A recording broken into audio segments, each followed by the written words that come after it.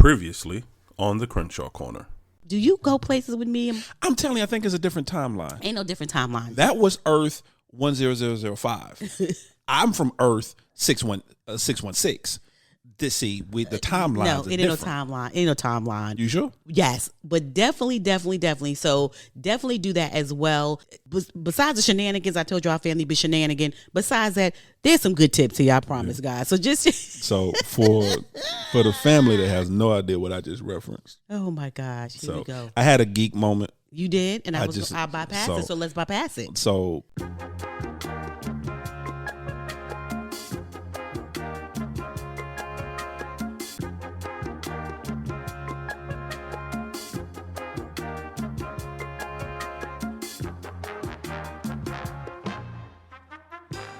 Well, hello there, family. Hi, guys. I didn't see you there. What's up?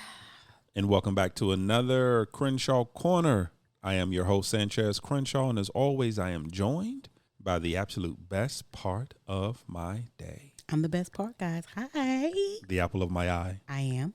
The wind beneath my wings. He's always lifted up, y'all. The rib that completes me. Totally completed. I love that for myself. The Miss Yvonne to my Cowboy Curtis. What? The Miss Yvonne to my Cowboy Curtis. Word of the day. Huh? Who's doing the word of the day? The talking couch. Who talking couch people? It was a playhouse. You don't want to know what I got to say. Okay, who had a playhouse, baby? Pee-wee. Pee-wee's Playhouse. Pee-wee's Playhouse. Yeah, Pee-wee Harmon. Why would I remember that? No. You should. You actually should remember that because it was a really good show, first of all. I didn't watch Pee-wee. And do you know who was Cowboy Curtis? Who was Cowboy Curtis? Lawrence Fishburne. See, that's another thing. You're doing the most right now. Yeah, it was Lawrence Fishburne. You're doing the most. He was a... You're doing the most right now. He was a cowboy with a jerry curl. Wow, now I have to look this up. Yeah, he was a... Yeah, gonna look it up. Gonna look it up. Full cowboy gear, the cowboy hat, the cowboy boots, the spurs, the vest, the whole nine, and a jerry curl. Larry Fishburne. Yeah, I'm gonna look Cowboy this up, Curtis. bro. I don't trust you. Seriously, I don't trust you. I don't trust you, bro. I'm gonna have to look it up for myself. What's going on, family? What is going on, guys? I am Angela Crenshaw, guys. What's going on, family? That is my wife, family. That is my wife. What's up, family? We're so happy to have you here. Thank you, guys, so much. However you're listening, whether it's Apple Podcasts, whether it's Spotify, whether it's Podbean, whether it's Amazon Music, whether it's iHeartRadio, whether it's YouTube Podcasts, or on our own personal website at www.thecrenshawcorner.com. Yes. We thank you so much for listening. Thank you guys so much. Hi, guys. Family, as always, we consider ourselves an interactive podcast. We are, though. Which means we can be found on the socials. We're getting better. We're on Facebook. We're on Instagram. Yes. And also, you can go to our YouTube page. Come on, YouTube. You can interact there. You can watch videos there. Yes, you can. You can also find us on TikTok. Yes, you can. As long as TikTok is available until they ban it or whatever they're going to do with that. Okay. So you can find us there. You can interact with us. My wife is always posting great content there. And then, of course, you can email us at any time at thecrenshawcorner@gmail.com. Yes. Once again, thecrenshawcorner@gmail.com. I like it. You like it? I like it a lot. How we doing? I am doing fantastic, family. What is going on? Listen to me very carefully. Sanchez Crenshaw. What's up, babe? Okay. So here's a question for you. I got questions today, y'all. Oh, Lord. It's not a game, okay, people? Oh, Lord. I don't know if I'm going to like this, family. It's not a game, people. I don't No, know if they're I'ma not deep like questions. this. They're fun questions, though. Okay, what you got for me? But they're very serious questions, and I think they're questions that if couples been married more than 4 or 5 years, they need to ask this question. I won't say the first 2 or 3 years, but at least going 4, 5, 6, whatever. Okay. And because February will be 25 years. 25 years that February. we've been married, I definitely want to revisit this conversation. Okay. So has your love language changed? Ooh, has my love language changed? Yes. What was your love language? Has it changed or has it remained the same? Now, do I need to tell you what the love languages are? You don't necessarily have to tell me. But tell the family? But tell the family just in case they're not familiar with love languages. No, bruh. Yeah, tell the family. We always want to make sure because we never want to assume that the family knows exactly what we're talking about at the time we're talking about it. So is this you or the No, family? this is Sanchez? the family. This is definitely Okay. the family. I know the love language. Okay. This is okay. definitely a You reminder sure? for the so family. tell the family, baby. You Tell can the do family. it. Go ahead, babe. No, baby, you do it. These are your questions, babe. Go ahead. I don't want to interrupt you. Well, here's a framework of the love language, Okay. Mr. Sanchez Crenshaw. It is 5 types. Right. One is word of affirmation, Okay. acts of service, Acts of service. receiving gifts, Receiving gifts. quality time, Quality time. and physical touch. Physical touch. Yes. Okay. So, what is your love language the same? And I can go back and see if you and what was it before that? Because I mean, we did an episode right so I wanna early know- on in the podcast. Okay. Actually, it might have been one of our first but it's one of our first. episodes. Love language. Yes, go ahead. No, my love language is physical touch. Okay. I'm as they would say, the old people say, I'm a touchy-feely person. Okay. I believe in hugs. I believe in physical contact. Non-sexual. It doesn't have to be a sexual contact, but I just believe in the human touch and physical touch. Has that changed over the years? Or have you? Okay. Has it changed, or have you? It's the same, but you added another one to it. You know, because sometimes people have more than one love language, so they say. Right. But that's no here nor there. I'm not here to debate that. But is it the same, or has it changed? Or tell me about that. I feel it. I feel it has changed. Okay. But if we're having an honest conversation, I hope we do. I feel it was a forced change. Oh. It was not necessarily something I wanted to change, but I had to adapt to the situation I was in. Okay. So here's what I mean by that. Okay. Go for it. Early on in our relationship, physical touch was my primary love language. Okay. But you're a person that doesn't like to be touched. Go with this. No, I'm not. Once again, I'm not talking about in sexual ways. But you're a person that does not like to be touched. You're not. You were never raised a quote unquote touchy feely person. Right. So hugs, holding hands, stuff like that. I was raised protecting myself at all times. So that's not something that really you subscribe to. So being that person that is a person that loves physical touch, when you're dealing with a person who doesn't like it or does not really know how to deal with it, you start to become standoffish. And you start to realize, okay, even though this is satisfying me, it does not really suit her. So my love language changed from that point to more of active service. So so that's why I'm always making sure that I keep the house clean, that I'm cooking for you, I'm doing the laundry, whatever it is that needs to be done to take it off of you. Clear my mind, as you call it. To clear your mind. So yeah, I would say that over the years it has changed. But like I said, it wasn't necessarily I had to adapt. Okay. I had to adapt to my situation. Right. I think they're both, if we're going to talk about that. And I do appreciate the act of service because how I feel about certain stuff. Right. But you still do rub my head. Especially we could be in church, y'all. We could be in church. We could be anywhere. Sanchez does not care. If he feel like he wants to rub my head, he's just going to rub my head. He's going to rub my neck. But that's just you. And it doesn't bother me. Back in the day, I didn't know how to adapt. That was super uncomfortable. You're actually right. But the crazy part about it now is if you don't do it, I think it's an issue. Right. Which is awkward because you still do come in the kitchen and touch my back or touch my arm, or if we're laying in the bed and I'm about to go to sleep, you go touch my arm or my leg to see if I'm there, and I do the same thing for you now, or we hold hands or whatever the case is. But it was super uncomfortable because I wasn't raised that way. But as the years went on, I knew that worked for you, which is weird because we've never had this conversation, which is kind of weird. So I knew that was so I adapted to that. And so now it's crazy that you're saying that because if you don't, I'm like, okay, the heck? It's kind of weird now. So if you notice, I'll touch you more, like I'll touch you in the bed or I'll hold your hand or something like that. So please don't stop. Right? Because I'd be like, what in the world? But I can understand why you would, because it wasn't reciprocated as much as it should have been, because it's just it wasn't my thing, if that makes sense, right? So it makes total sense. You're like, you know what? But I do know her thing is active service. And so I appreciate and love you so much for noticing that about me and then even taking the initiative to do that as well. You know what I'm saying? For me, I think I've always been active service as well, but I'm learning, this is a weird conversation, but now I'm learning the physical touch because that is who you are. And I'm learning how to because, I do that a lot, not as much as I do, more than I've ever done it before. Right. I'll touch his back. I'll play in his hair. I'll play in his neck. I hold his hand. So I think that we've had the capability to to kind of like give each other what we need without even knowing that's what we were doing. What made you adapt, or what made you change? I think for me, again, like I said, acts of service is incredible, but the physical touch, because I guess when you kind of went standoffish, I think for me, it's like you don't know what you have until you don't have it anymore. Okay. You never stopped doing it to that, but you wasn't doing it to the magnitude or as much as you used to, if that makes sense. Right. And so then I realized that, and it was like, different, or it's weird. And then you take it for granted and then you miss it. And I'm like, no. So I figured, you know what? Let me give him as much of this that I can give back to him, as much, and it took some time. This wasn't like overnight, but I do see myself, and I don't know, you may not agree though, I do see myself touching and rubbing on you more than I've ever done before. There was a huge difference. Okay. There was a huge difference. Now you just saying that for real? No, you really do see the difference, I wouldn't lie to you. Yeah, okay. I was definitely not on the microphone. I wouldn't lie to you. Dang. No, but I do see a difference in that.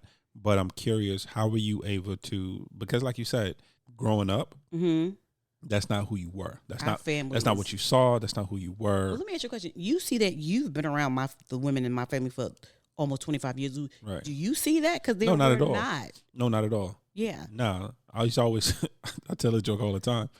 When I first met Angela, and I went home with her and went to her whole neighborhood. Angela? Did you say it like that? That's Angela. So weird for you to say my name, but go ahead. And one of the Angela. That's awkward. But go ahead. And one of the first things that was said to me is, has she hit you in the eye yet? See, people are rude. That's why. And then it said, watch your eye, because she'll punch you in the eye. Because people are rude. So I knew that's not the environment you grew up in. So my question to you is, being that was not the environment you grew up in, being that it made you so uncomfortable, right? How did you work through it? I had no other choice because I loved you. I made a conscious choice. And it was not like I said, it wasn't overnight. Like, oh my God, I'm just going to do this. It was like very slow and gradual, making a choice and being intentional to do it. Because despite how I feel, because of the fact that you, despite how I felt, you still made an intention to do things for me. Right. Right. Or you, like you said, or you pulled back a little bit. And again, not even having this conversation, I noticed the pull back, but I just never said anything. But it wasn't like one day I woke up, I was like, he's not, I'm like, this is weird. So you know how you go through months, you're like, this is weird. This is not his normal. There's no way I'm in this kitchen and he's standing right there and he has not touched or rubbed, because that's just who you are. Right. So I realized, like, or if I'm in the refrigerator and I'm bending down to get something and that you didn't rub my back. So it was like, wait a minute, player, hold on. My expectation is for this to happen, and it didn't happen, which made me realize that the very thing that I took for granted is what I needed, right? Okay. I actually needed the physical touch. I actually need that from you, but I didn't know, because you don't know that you need something because if you've never really had it. And then when I did get it, I took it for granted, like, here we go. Here he go. Not understanding that I needed that until it was lessened. Right. And then it was like, oh, wait a minute.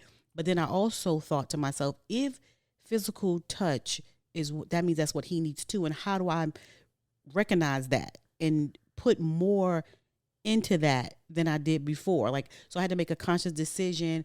And then it also became, the more I did it to you, then I realized that my grandkids, like that people need it, right?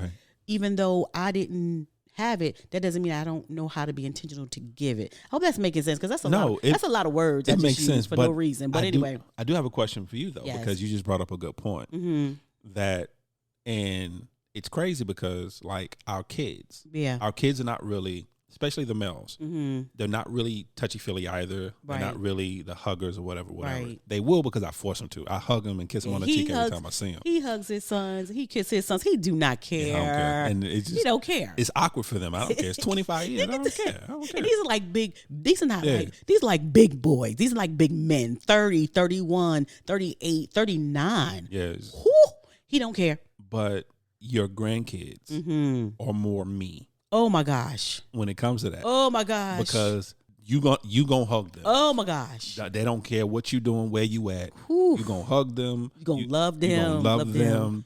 They gonna say they love you. They gonna hug you. They want to get in your lap. They just do not care. So how do you deal with that? Intentional. And reminding myself that it's not about me. That is what they need. That's what I had to. That's how I was able to be intentional with you, because it wasn't about me at that point. That is what Sanchez needed to be Sanchez, right? And so I had to know, like, I get it, but you are more you now than you were then, right? So I'm more of becoming who I'm supposed to be than who I was raised to be or how I was raised. I'm a different person. So to hold on to that baggage, because that was a baggage for me, right? To hold on to that baggage of not being affectionate, even though other people are being affectionate to me, I had to drop it slowly but surely. It went from a 5-piece luggage set to 4 pieces to 3 to a duffel bag, and every now and then it's an overnight bag. Right. It has become a pocketbook yet, right? But it is an overnight bag. But the intention is sometimes it's not just about me. You know what I'm saying? What about the people who love you? And I think having the grandchildren that we have who don't care at all. You could be sitting there, they getting talking about, Gigi, I love you. They be hugging and kissing, or Gigi move over and get in the bed and then just lay on me like, I'm like, oh, wow. So it was some getting used to, but I had already been working on it with you. Right. But to see it in full throttle, like to see it at full, because the grandkids are bringing it on. You didn't bring it on full force. You kind of like, but they came at full force. They are forces of nature. So it's been it was difficult, but I knew that it wasn't about me, and to be more intentional with it, because they deserve that. They deserve it. You deserve it. Before we go into your next question, I'm curious because I actually like this train of thought. Mm-hmm. So I thought I was supposed to be questioning you, bro. What happened? You will. You will. You will. So for the individual that's going through that now, where they're dealing with a partner that's more affectionate than them, and for whatever reason, excuse me, for whatever reason, whether it's childhood, whether it's just parentals, whatever it is, right, they're not that person. Right. What advice would you give to them? To understand that you're not that person, but you could be. Slowly. We're not saying I didn't wake up. I'm just gonna rub his head, rub his neck. That wasn't me. But slowly be intentional to care about the person who loves you enough to try. Right? Because again, like you said, acts of service wasn't your thing. Right. Right? And it doesn't mean that you didn't clean, you didn't do stuff, but the intentionality for it changed as you knew that that's what I really needed, and that's what clears my mind. Right. The same thing with you. The intentionality of that's the person that you're with who really needs it. So what is it to rub their head or hold their hand or connect with them in that way, right? So it took some time, so it's not going to be something that you guys do right away, right? But slowly but surely, maybe once a day, twice a day, it will gradually grow. And I promise you guys, if your person who's that way with you, this is just my perspective, I could be wrong, take that away from you, not totally take it away from you, you will feel the difference. I felt the difference. It wasn't that we weren't connected, right, but it was that thing that I was so used to and took for granted that it would happen, that when it didn't, it was like, hey, wait. And then kept looking like, it's less and less, right? Okay. He's not trying to hold my hand in the car like he used to, because we would hold hands in the car or rub my arm or rub my face, and it wasn't happening. And I realized that, and I was like, but what you're asking, what you're missing is what he's missing from you. And if that's how you feel, just picture this, guys. If that's how you feel how do you imagine how he feels when she feels when she's giving it to you all the time and it's not being given back? Right. And that's what started to make me really think about it. I didn't think I was being selfish or anything. I was genuinely being myself, but I could be better. Okay. I could be better for the person that I love. I could be totally better. And then again, you have your grandkids. So yeah, don't care. Don't matter at all. What they think. I'm sorry, that was it. So I know you were questioning me. So what you got? No. So what made you decide because we already talked that back in the day, we talked about, like I said, our love languages. Right. What made you decide to be more intentional in that area? What about me showed that I needed that for you to be more intentional in that area? Honest answer. Mm-hmm. You were driving me crazy. Okay, cool. That's the honest. It was self-preservation. Well, how was I driving you crazy though? Because I got so okay. You have to understand, family. For my life to go well, oh my gosh, baby, certain things have to line up for her. For my life to go well, so everything has to. I always go back to. And anyone who's listening at any point in time know when it comes to me, I'm a geek. Mm-hmm. So I always go back to certain things. You remind me of Rosie from the Jetsons. Oh, everything has a place, and that place has everything. There was a episode of the Jetsons. Mm-hmm. If once again I'm dating myself, it's okay. The Jetsons were a cartoon. Hanna-Barbera. It was set futuristic time, so on and so forth. But they had a housekeeper, Rosie. Yeah. Rosie was a robot. I know about the Rosie. And this episode, Rosie ate a bad cog. So basically, she got food poisoning. Right. But for her, she reacted, and it basically almost drove her crazy. Right. So the whole episode, she was going around saying there's a place for everything and everything in its place. There's a place for everything and everything in its place. And if something was out of place, she could not function. Yeah.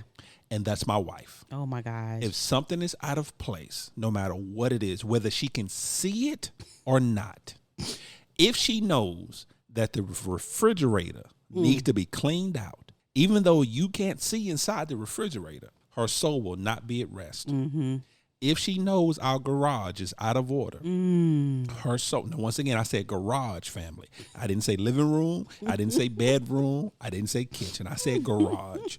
If our garage is out of order, y'all. her soul cannot rest. If I open that door and then see something out of order, tear me to pieces, y'all. She will spend the next 8 hours literally cleaning the whole garage. Literally. And at that point, it becomes my project.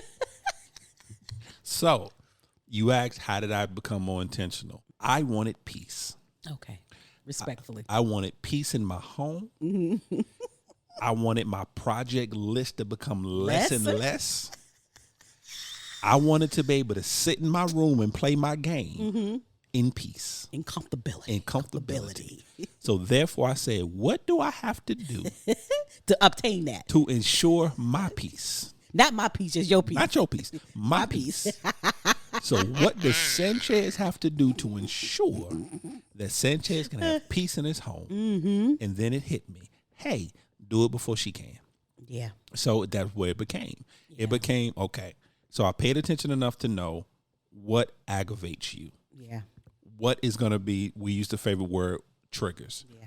When it comes to that, what is going to be your trigger? Yeah. Once I realized, okay, these are the things that's her trigger, then I said, okay, let me eliminate these things. Yeah. So if I know if the pillows on the couch is going to be a trigger for you because they're not in order. Don't say stuff like this. But it's the truth. We have an honest conversation. I know that if you walk in and the pillows look a certain way on the couch, that's going to trigger you. And now it's going to be a cascade effect. Now I'm looking at everything. Now you're looking at everything. This is true. So let me make sure the pillows are right. Yes, sir. If you walk in and there's dishes in a sink, it could be a spoon, a cup. It doesn't have to be a full sink. If I know that's going to bother you, let me wash these little bit of dishes. Let me put them away. If I know that you're going to walk in and we may be getting in the bed. Okay. But if your bed is not made up, no matter what time of the day. Okay. I know it's going to be an issue. So let me go ahead and make up the bed. And so I start getting into those routines. Yeah. Of, okay, well, and like you said, I've never been a nasty. I'm a neat person anyway. He's y'all, Lord. So you know, closet, but we ain't gonna talk. Yeah, about I'm a neat person anyway. So, but I said, okay, even though I'm a neat person, her definition of neat my definition of neat, two different things, are two different things. Yeah, excellent. So let me change my definition to match hers. Yeah, thank you. And so once I did that, once I changed my definition, and we've talked about this before, a lot of the times there's issues in a relationship because we're saying the same words, but they have two different meanings. Absolutely. And so the first thing you have to do is get on the same page. Because we talked about it before. There's the Webster Dictionary of what a word means, and then there's an individual's person definition of what the word means. Because I can look up the word love in a dictionary, right? And Webster will give me a paragraph of what love is. However, when I talk to Ange and I say, "Babe, what does love mean to you?" Right. 9 times out of 10, it's not gonna match up with Webster's dictionary. Because it's experiences. And so for me to love her the way she needs to be loved, I first have to understand what is her definition of the word love. Yes. And then I operate from there, not from what I previously thought, not from the textbook definition of what it is, but it's where is she? And then I operate from there. So when it came to cleaning, I had to understand, once again, with neat and cleaning, that my definition of cleaning and your definition of cleaning was two different things. With two different things. And so I had to operate from there. And so once I started operating from your definition, right, then I said, okay, this is what I need to do. These are the things I need to do. It's going to be a little uncomfortable. I may not fully understand it. right.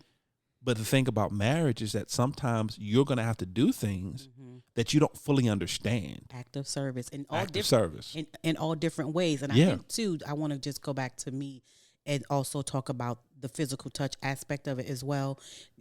Of course, taking out the fact that our family was not lovey-dovey and like touchy-feely families. And to this day, still not. But what I did realize too, in the beginning of our marriage, and I kind of, because with the beginning of our marriage, we kind of worked through some stuff. In the beginning of our marriage, any touch that Sanchez did was always, it's going to be sexual about 5, 10, 15, 20 minutes earlier. Okay, yeah, right? Yeah. And so after a while, I can't even deny that. Yeah, so that also groomed me as well to be like, okay, Ooh. Not can you not say the that? groom? Yeah, that didn't sound good. Ooh, I'm a pedophile. Okay, okay. What it taught me. Thank you. What I kept scoreboard up for you is if he did that later on tonight, he's going to do something, right?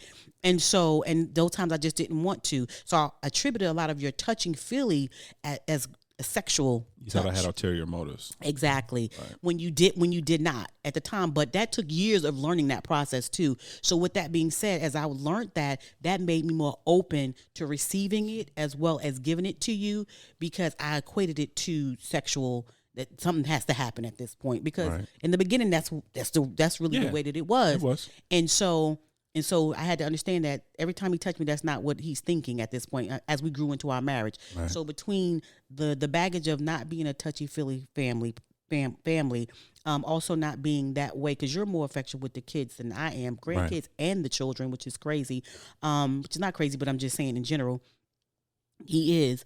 And so, but I had to learn how to accept that. But also, once it was, like I said, once it was moving away from me, I realized how I felt, and I magnified that times 10. When you're the person that was always the one on the receiving end of me not wanting it, changed my perspective and my intent on how much I love you. And no matter what the situation, whether it turns sexual or not, you have a right, if you want your wife to touch you, or you want to touch your wife, or you want to feel loved in that manner because that's what you desire and what you need. You had a right to have that from your wife. Right. And that's another thing that made me be intentional and make a choice, no matter how I feel, that that's not how it's going to work.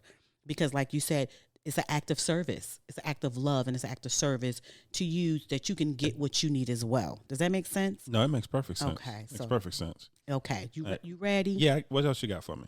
Okay. So tell me, what's romance to you? Ooh. Mm-hmm. Mm-hmm. See, now you having real conversations. Yeah, because I and again, these things that I'm asking, we haven't talked about in a very long time. No, we haven't, because we take for granted we've been married this long. We know. So tell me, not even romance. What's romantic? What is romantic for you? Oh, what's romantic for me? Yeah, for me, like just for me. I wish I could see his face. Yes, baby. What romantic? What is it? What is romantic? The meaning of romantic for you? Okay. Oh, sweet Lord. Okay, I thought you meant like just for me. No, okay. I can't stand you right now. I'm just saying. No, romance, or for me, romance is a feeling. Mm-hmm. I think that a lot of the times, and I could be wrong, but I think people get the act of confused with what it actually is. Okay. A lot of the times when people think romance, they think of an actual act, candlelight dinner, roses, a gift. They think that's romantic. I don't necessarily think that's romance. I think romance is more of a feeling. Okay. It's more of the actual within that act. What do you make me feel? Okay. Because I can have a candlelight dinner with someone and not feel anything, and not feel a connection, not feel love, not feel anything from them. I can go to a ball game and have a hot dog with the person that I love, and everyone else disappears And it's a romantic in that moment. Mhm. And it's a romantic moment. Okay. I think a lot of the times people get the act Mm-hmm. confused with the feeling. Okay. So for me, romance is, first of all, for me, romance is not the same. It's not a blanket statement. Mm-hmm. And a lot of the times we want to pull out the blanket of romance Mm-hmm. and throw it on a marriage and be like, well, you just need to be romantic and throw out the blanket. Right.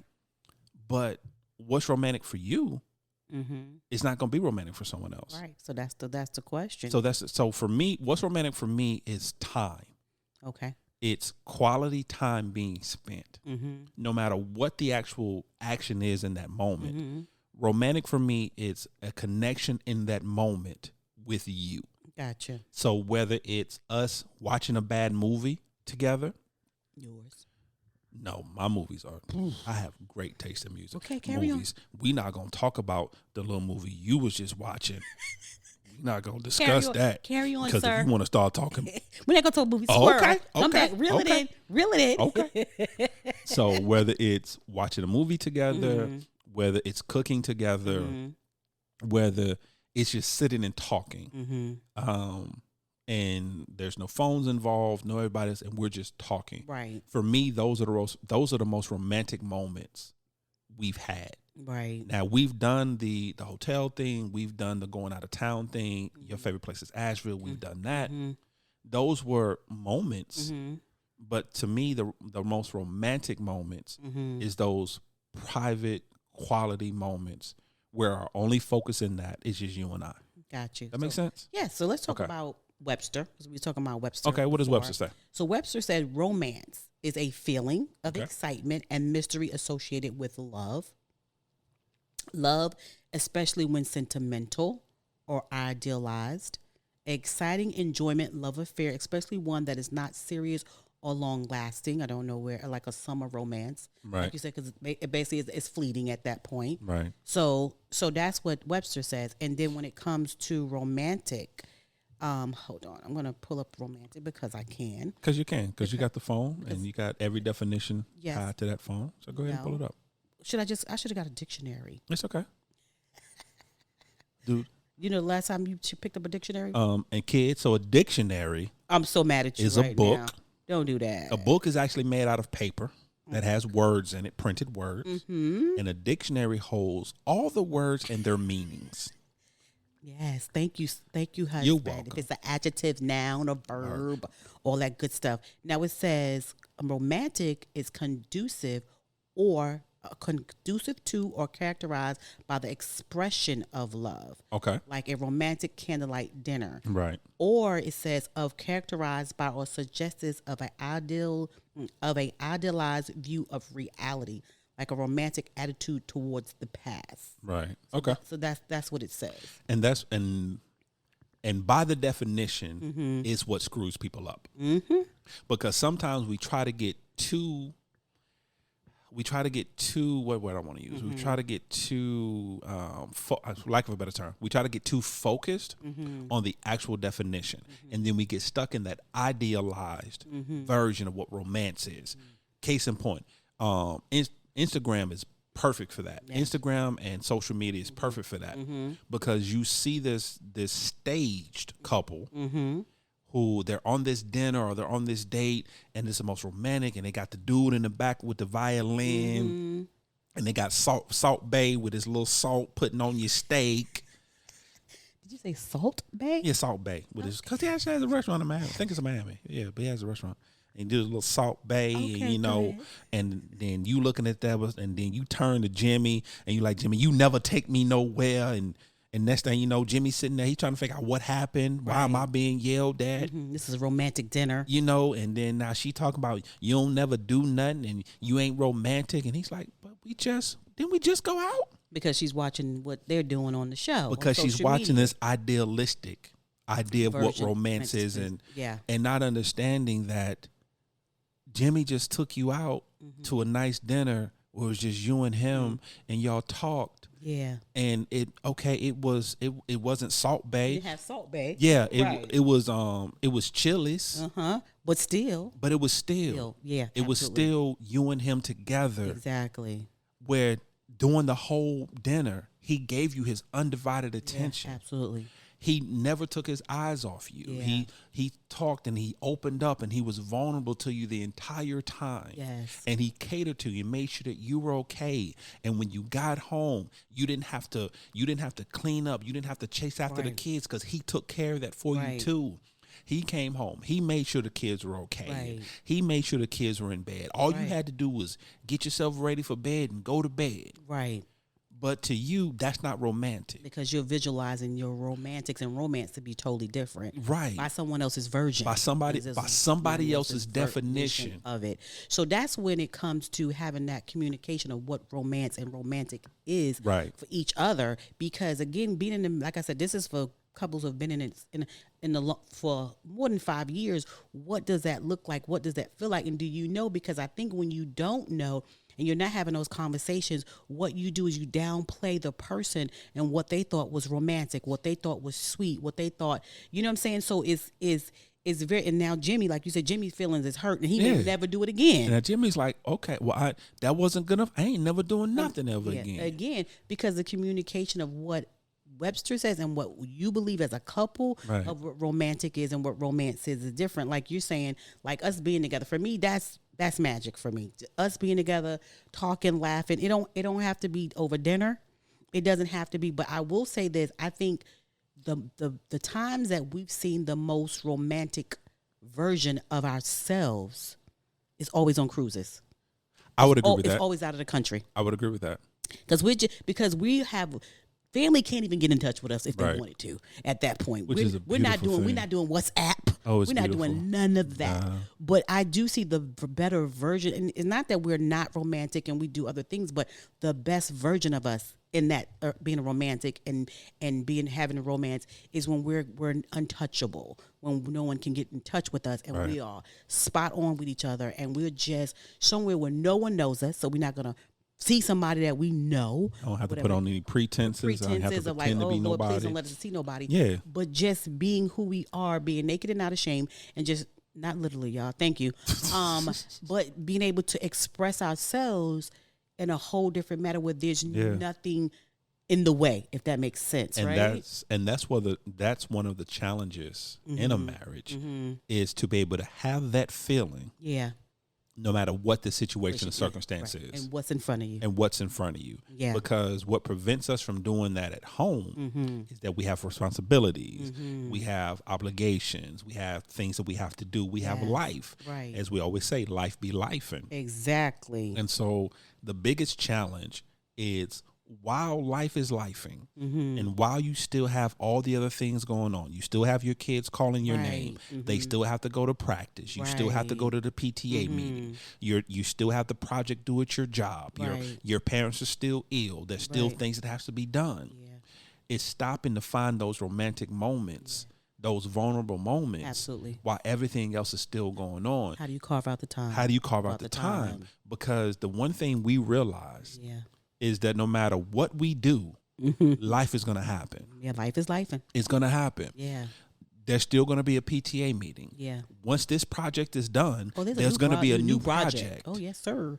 Your parents, once they get over this situation they're going through, there's going to be another situation. Right. There's always something that's going to vie for your time and your attention. Right. So as a married couple, you have to be intentional. Yes, sir.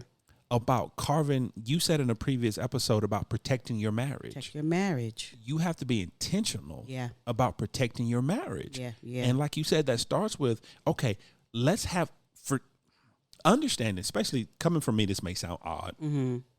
Yes, every word has meaning. You should use that word in the proper way the word was intended. Right. I'm a strong believer in that. However, certain words are concepts. Yeah. Love is a concept. Romance is a concept. Vulnerability is a concept. Right. They have concrete meanings, right, but there are concepts. Right. The reason I say that is because the concept of love means something different to you than it does to me. Exactly. The concept of romance means something different. The concept of communication It's something different. means something different. Yeah. So those conceptual words, we have to have real conversation about. Yes. Because for our marriage to work, I have to have a full understanding of what your concept of romance is. Exactly. Because I could plan the romantic candlelight dinner, and I could have the dude with the violin, and we can have Salt Bae at the table sprinkling his little salt. On Salt Bae. I saw something on YouTube. So you ain't gonna about let this go. Yeah, because it was like a $2,000 steak at his restaurant. And Salt Bae had to come. No, it's his restaurant. Oh. It was like the two dudes went to his restaurant. They were just testing it. They were critiquing the food, just kind of see what it was all about. Right. And their bill for two of them was like $2,000. Right. And the steak, just because it was gold leaf or whatever. Anyway, but so, but I could do all that, and then you still look at me like, okay, it was nice, but I didn't really feel anything. It wasn't. Yeah. I mean, it was a nice dinner, and I appreciated the dude with the violin. Yeah. I appreciate the thought, but I didn't really. We could have did a picnic in the backyard. That would have been okay. And I would have been okay with that. And I just want to say this, not to cut you off, but that's where feelings get hurt, because you have not had the conversation. Very much so. That I've done all of this for you and you didn't appreciate it. It just sometimes not that they didn't appreciate it. That's not what excites them. Like you said, a picnic in the backyard would have been exciting for them. But if you don't have that conversation with each other, even the things that we tell people about date nights, all this stuff, we say, make it your own. Here's a concept. Right. Here's some ideas. Here's a blueprint. Make it your own once you guys have a conversation about that, and make it your own and spark it and shake it up. But what has happened with romance and being romantic is we think of a Lifetime movies. We think of any kind of show where he sweeps off her feet and all of this stuff, not knowing that whether you like it or not, if you've been married and you know marriage that you love, you have been swept off your feet. Yeah. Right? Not he didn't pick you up, y'all, but you were swept off your feet. And I think that's why knowing what your love languages are, because that's going to go back to love languages, right? Because there are some people who they're again, just words of affirmation. You may have done all of that, and all they wanted you to say was that you're beautiful, you're wonderful, you're awesome, you're all these things, and that may be romantic to them. That's romantic for them because they need that. So we have to be mindful of having real, true conversations. And we're not saying that destinations and areas cannot spring up romance and you cannot have a romantic evening. But what I am saying. But instead of getting your feelings hurt and spending thousands of dollars, let's have some real communication, because that may not work for that person. Right. And y'all can come to a common ground what does work. And you mentioned like the Lifetime movies and, the rom-coms and everything. Here's the part that got left on the cutting room floor that they don't talk about. Yeah, it was beautiful. You were an aspiring writer, and he was running a bake shop, and y'all came together, and and you wrote a story about his bake shop, and you saved his bakery, and now y'all love each other and y'all together. That's beautiful. You're not gonna let this whole bake shop thing. I'm not, because everybody's a baker.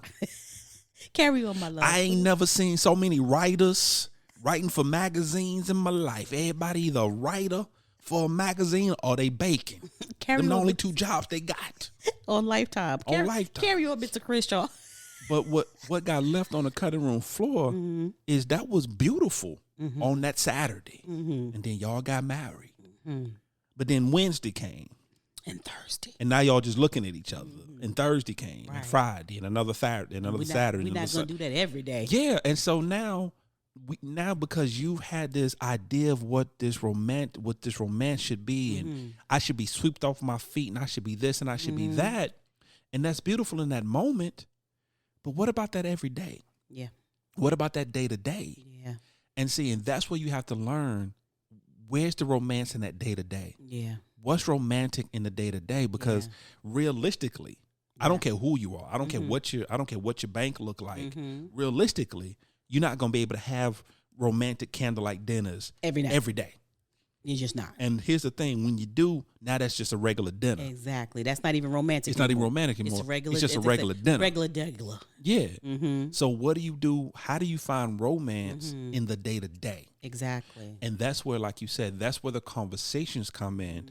For Angie and I to have romance on a day-to-day, I got to know what's romantic to her. Right. She has to know what's romantic to me. Absolutely. And then we can operate in those. Because like for me, my most romantic time is her sitting on the couch with me watching something that I know she don't want to watch. Lord, help me, God. That's it. Help me. Me, her watching one of my movies that I enjoy watching, or one of my shows that I enjoy watching, or heck, even her sitting beside me while I play the game.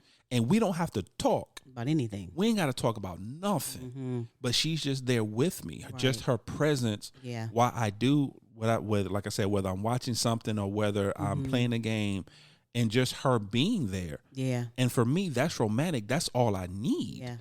And to be honest, in the beginning of our relationship, she didn't understand that. No. So there was a lot of conflicts. Yeah. And a lot of friction in the early stage of our marriage because once again, she's a person, she loves being on the go. Yes. She loves. Still do. Yeah. And it's not like traveling or anything. She's just like going to different stores or just going window shopping or her favorite thing, finding every dollar store in our city and just going to the different dollar stores just to see what the different ones have. It's important, y'all. Because apparently no $2 stores are the same. They are not, baby. Even though it's the same company with the same products. It's not the same. But apparently no $2 stores are the same. They're not, people. So, but that's the stuff she enjoyed doing. So for her to just sit and not do anything. Make a conscious choice to do that. Yeah, that was such a foreign concept for her in the early part of our marriage until we sat down one day and had a conversation. Yeah. And I was like, well, babe, this is what it means to me. This is why I enjoy doing it. This is the connection I feel when we do it. Yeah. And because we had that conversation, now understand, it didn't change overnight. So this is not a magic wand. Nope. We're not saying, hey, you're having an issue. You have one conversation and then all of a sudden all is well. Overnight, you don't have that problem anymore and everything is beautiful and now the birds are singing. Yeah. That's not what we're saying. Plus he booted me out, y'all. I tried. What do you mean I booted you out? With the game. I tried to play the game with him. He cheated. He killed me. Stabbed me in the back. First of all, in the game, I wasn't even playing. He didn't even give me full instructions. That's not true. I tried. That's not true. For the gamers who are listening, I had her playing a first-person shooter. No, you didn't know. It was a first-person shooter. It was a single player. So I didn't even have a controller in my hands. She was controlling everything. But I was getting killed, and you didn't tell me how. You kept walking up to the enemy. You was trying to be a Jehovah's Witness. Here's a pamphlet. Here's a pamphlet. You was walking up to the enemy with your pamphlet, telling them about the Lord and Savior. Listen. And they said, no, I don't want to hear about that today. Take this bullet. He didn't prepare. Guys, he didn't prepare me. I gave you instructions. You didn't want to listen. Prepare me. And so I prefer now to watch him play than play with him because he did not prepare me. And he didn't prepare me for the Spider-Man game because I tried that, and that was a 2-player. No, that was a single player as well. Well, who was playing? You. Just you. You decided to get on the wall and get stuck. Listen, I don't even know how you did that. I couldn't get off the wall, y'all. So I'm just telling y'all. So what I preferred to do at that point was I sit there and watch him. That's what I do, people. And I do that. For me, once again, that's romantic for me. Her taking an interest in things that I like. Some of the most romantic times that we've had from my perspective. And what we believe romantic is. And once again, just talking me. Yes. My perspective of what romance is and when I felt romantic and when I felt romanced. This is when I felt romance. Babe, was you romance? I felt romance. Come on, break it down, baby. My wife called me and said, babe, we're going to the movies. I already have the tickets. And it was one of my movies, one of my science fiction or one of my superhero movies. Yes, it was. Like when the first phase of Marvel came out, when you had your Iron Mans and your Captain America, like we went to all of them on her dime. Yeah. She said, babe, I got the tickets. We going to the movies. I know you wanted to see it. She loves them. We were sending it on opening night. We were sending it opening weekend. She bought me popcorn. She bought me a drink. I felt beautiful. I felt. Did you feel beautiful, baby? I felt like a princess. You trying to kill me? I did. I felt loved. You felt loved and seen. seen. I felt seen and loved. You know, the sky was brighter. The birds was chirping a little louder. I felt loved. And the reason I did, because you said it perfectly, I felt seen. Yeah. Because even though these are not her type of movies, these were not her first choice. Oh my God. Left up to her own devices. If she never saw one, she'd be okay. God is good. But she knew that's something I enjoy. Yeah, seriously. And she knew that's something that I wanted to see and something that I would enjoy. Yeah. And so she, like I said, she got the tickets. We went. We had a good time together. She sat there. She was engaged. She asked me questions. Really good. Yeah, you know, she would ask me questions after the movie, not during the movie. Don't talk to me during the movie. Don't talk to him through the movie, y'all. I'm not that person. Yeah. Don't ask me nothing. Take notes if you need to. And I'll answer any questions after it's said and done. Yes. But why they are acting, why the movies, don't ask me nothing about nothing. Well, here's the thing. Two things happened. What happened? When the first couple of times that I did it, that I realized, hey, this is a thing. First of all, the joy that you had just going to see them. Right. But the second thing was the conversation after. Right. The movies, because I did have the questions and you was so excited to answer them and bring me up to speed or par, whatever you want to say, to what, because I didn't know the background. So for me and I was super interested, but you gave me the background, how it started as a cartoon, how it went from here to here, not a cartoon, well, comics. Yeah. Because I want to be disrespectful, then I'm gonna get a whole bunch of emails. It's not a cartoon. And first of all, Sanchez, correct your wife. Okay, sorry, y'all. Comics, and I think that's where that was a connection there too, because you were so excited. So to see you so excited about something that you love, and for that I could bring that to you was romantic for me, that I could do that for you, because I knew wholeheartedly. But even after having the conversation, to see your eyes like, yo, like, let me tell you, baby, and the excitement, that for me was everything. And I think a lot of people miss that because they get so caught up in the actual act of whatever it is. Whether it's a movie, whether it's golf, whether it's a football, whatever it is, they get caught up in the actual act. Yeah. Not understanding that the actual act means nothing. It's the fact that you took time to be interested in something that I'm interested in. You took time to learn something that's important to me. Whether you felt it was frivolous or not, whether you felt it didn't matter on the big scheme of life. But it was something I was interested in. It was something I enjoyed, and you took time to learn it. Now, was it something that you were going to get fully invested in, and you were going to go and learn all the lore and go back and read all the comics? No, not at all. But in the moment, you were interested. In the moment, you showed you showed an interest, and it allowed me to talk about something that I enjoy talking about, and we had that bond and a connection. And there was just one more thing that we could connect over. And understand that's expression of love. Yeah, and understand that goes both ways. Because like with you, you took me to, you bought the tickets to take me to see the Marvel movies I love. You got interested. On the flip side, I got interested in the stuff that you love. Yes. And got connected, and I've Dollar watched Tree. Dollar Tree, and we going to different states and different cities just to go to Dollar Trees. Listen, guys, no matter wherever we go, he like, babe, I'm gonna find you a Dollar Tree. We was in Shelby, North Carolina. He found me 3. You know what I'm saying? So if I was like, he loves me. He loves me so much. But you get a chance to know. So when it comes to being romantic, there's an aspect of it where you do want a candlelight dinner. You do want this, and you do want to. But we're not saying don't do that. So I'm not saying that, but what we are saying, there's those times where, because if we're talking about romance, where it says a expression of love, right? Because that's what the meaning said, right? Is that you carve out those times, those moments. It don't have to be a full day. It could be the moments where the expression of love is portrayed. It is given. It is. I don't even know what other words to use. Given, portrayed. You think it's a word. You the wordsmith. But that the other person can feel it. But not only does the other person feel it, but you feel it too. And it's so important. It is so important in a marriage. And I think that, again, going back to the love languages, that's where your main conversation will start. That's where you can. Was when you have those main conversations, that's where the romance and the romantic comes from, because you're having those conversations about love languages. Do you know one of my favorite moments in our 24-year history. Mm-hmm.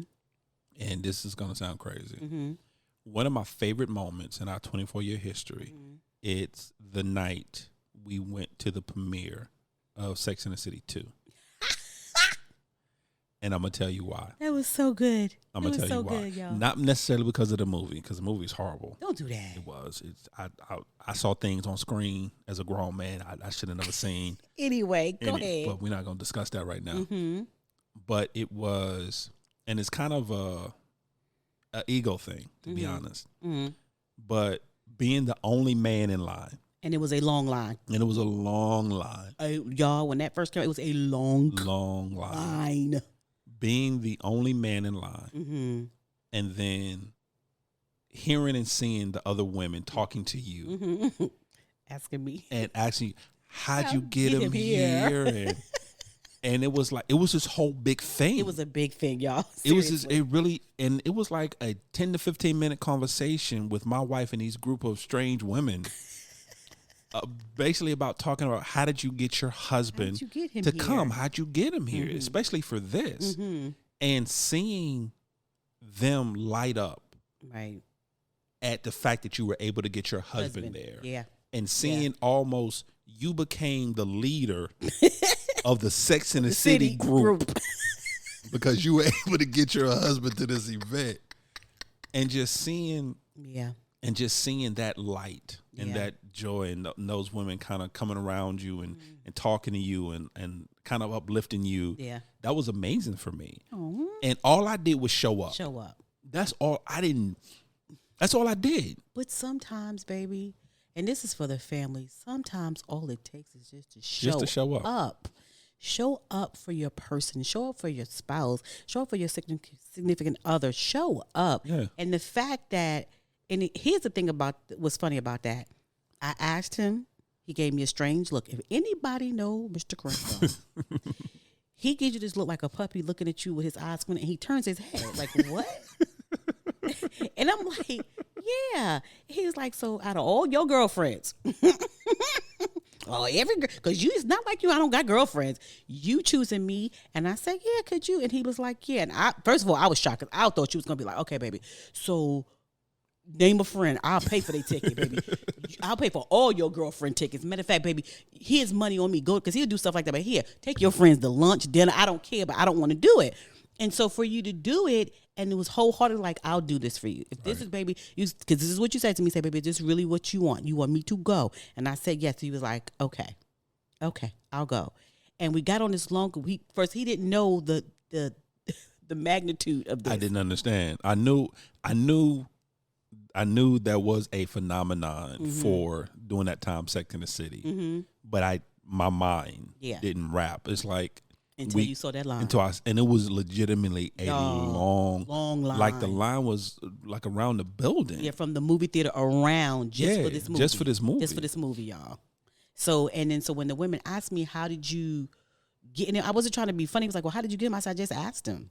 Right? And he said yes. And they like looking at me like, okay, there's more to this. And I'm like, no, I just asked him and he said yes. It wasn't a thing. He just said yes. And then we just went on to just different conversations about getting him there. What did he say? Like, what do you think he's gonna think? Like, it was like I was being like they were reporters and they were and so but it was very interesting, like you said, because it gave them that hope that because a lot of them didn't ask. Right. They just assumed. They assumed he wouldn't, so he they wouldn't didn't do ask. it, so they didn't ask. So that was a big thing. Is like you actually asked. Well, we didn't ask because we just came with our girlfriends. Not giving him a chance to say no. I guess because you don't want your feelings hurt. You don't want to get your feelings hurt. You don't want to be disappointed. But definitely the ask must be there, and that's another thing, guys. Too ask. Right? Ask your significant other not only what they like, but the things that you think they may not want to do. They may want to do, but since you don't ask. Yeah. They don't have a way. They're not going to just be like, yo, I want to go see Sex. St. Chase is not going to roll up on me, but like, baby, we're going to see Sex in the City. It ain't happening. Not at all. But I mean, asking him gave him an opportunity to have, do you want to do it? And he did want to do it. So you got to just know there's a commitment, but there's intentionality behind marriage, and there's a commitment to marriage. And if you're not ready to serve, then you're not ready to be in a marriage, because there's some serving and some service that you're going to have to do in reference to marriage. And then also sometimes back down and do what your significant other wants to do. And again, communicating, what is that? What does that do for you? What does what I do for you do for you? Is this romantic? Is a candlelight dinner good for you? Is that something you want to do? Right. And again, that could be still done, but we talking about the everyday too, not just the special occasions, but the everyday life and living too in a marriage. It's keeping the romance alive every day. Yeah. Not just special occasions. Exactly. Not just birthdays and anniversaries and Valentine's Day. Yes, exactly. Those things are beautiful, and they should be taken into consideration. And yes, something big should be done. But that's 3 days, so that's 362 other days that you have to maneuver through. Yeah. That it can't be, I just feel loved and romanced 3 days out of the year. Yeah. It has to be, once again, that random Wednesday. I have to feel loved. I have to feel romanced. I have to feel a connection. I have to feel seen. I have to feel seen on that random Wednesday. Yeah. And the only way that's going to happen is that I have to know. Right. What do you consider romance? Yeah. I have to know what's going to make you feel loved. I have to know what's going to make you feel seen. Yeah. The only way I'm going to know, we have to have that conversation, and vice versa. And what I loved, you said, 99% of it is just showing up. Show up. That's it. That's it. Willingly, intentionally showing up. Because here's the thing, to kind of go back to the initial conversation, I could have showed up, but if I showed up with an attitude, if I showed up with the I don't want to be here, right? If I showed up with being disconnected, right, or distant, right, your whole view of that day would have been tainted and shifted. And the movie would have just been tainted. Right. And from being a good moment that we share, right, would have been a moment that you don't want to talk about. Yeah. Would have been such a disappointment and a hurt feeling that you want to talk about. Absolutely. Because, it's important to show up, but the mentality and the attitude you have. Right. And this, my guy, listen to me very carefully, please. I understand that you may not like it. I understand that you may not be interested in it. I get that. Yeah. But you like her. Yeah. But you're interested in her. Right. And she likes it. Right. So you don't have to like the thing. Yeah. Just like her. And it'll fall in place. And the only thing you have to do is be there to enhance the experience. That's it. Just don't take away from it. Yeah. That's it. That's all. And that's really just that simple. Yeah. Be there to enhance. And at the end of the day, that's what you're there for in your marriage. You're there to enhance your marriage, not to take away from it. Yeah. She know you have an attitude. She doesn't have to see that all the time. You ain't hiding it. She know you this is not your cup of tea. But it's an experience that she wants to experience with you. Exactly. And that should mean more to you than anything else. And once again, that goes both ways. Yeah. Ma'am, he knows you're not interested. He knows you could care less. Building Legos. He knows. He knows you could care less. But it's something that he enjoys. Yeah. It's something that he wants to experience with you. Yeah. It's something that he wants to invite you in. Invite you in. He wants to invite you in, maybe give you some information. It's not mansplaining. Right. He just wants to give you some information that he has. He's excited about. That he's excited about. Something that he wants to talk about. Absolutely. Something that he would talk to his best friend about. Please don't miss that. Something that he wants to talk to his best friend about. Yeah, absolutely. And sometimes we just have to show up and be open and just be willing. You may not ever retain the information. Yeah. And it's okay. You don't have to. Right. It's not going to be a quiz. Right. No, he's not going to give you a written quiz with an essay at the end. Now, please answer. Please answer.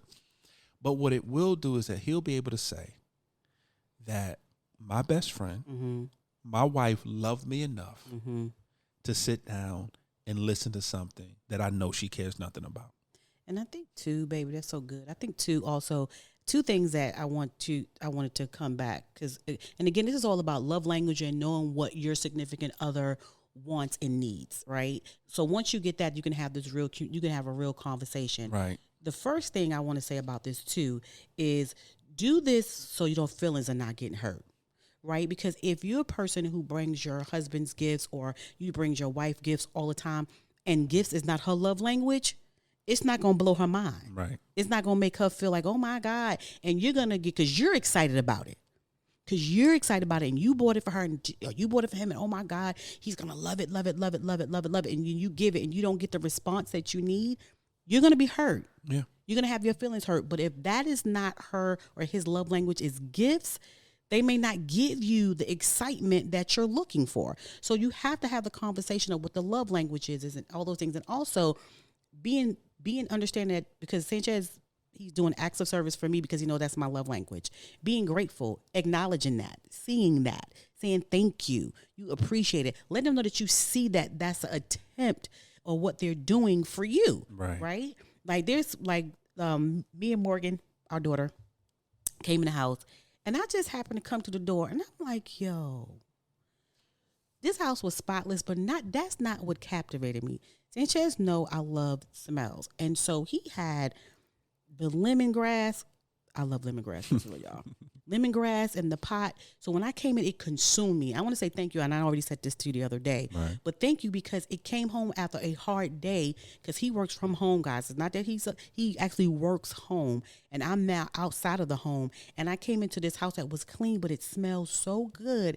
And all the tension that I had in my body before I got here just dissolved. And I said to him, and me and Morgan was like, oh my God. I was like, baby, I thank you so much. I'm coming to a house that smells good and feel good. Thank you so very much. And then Morgan, she told her dad, she's like, so about these courses you need to teach, Daddy.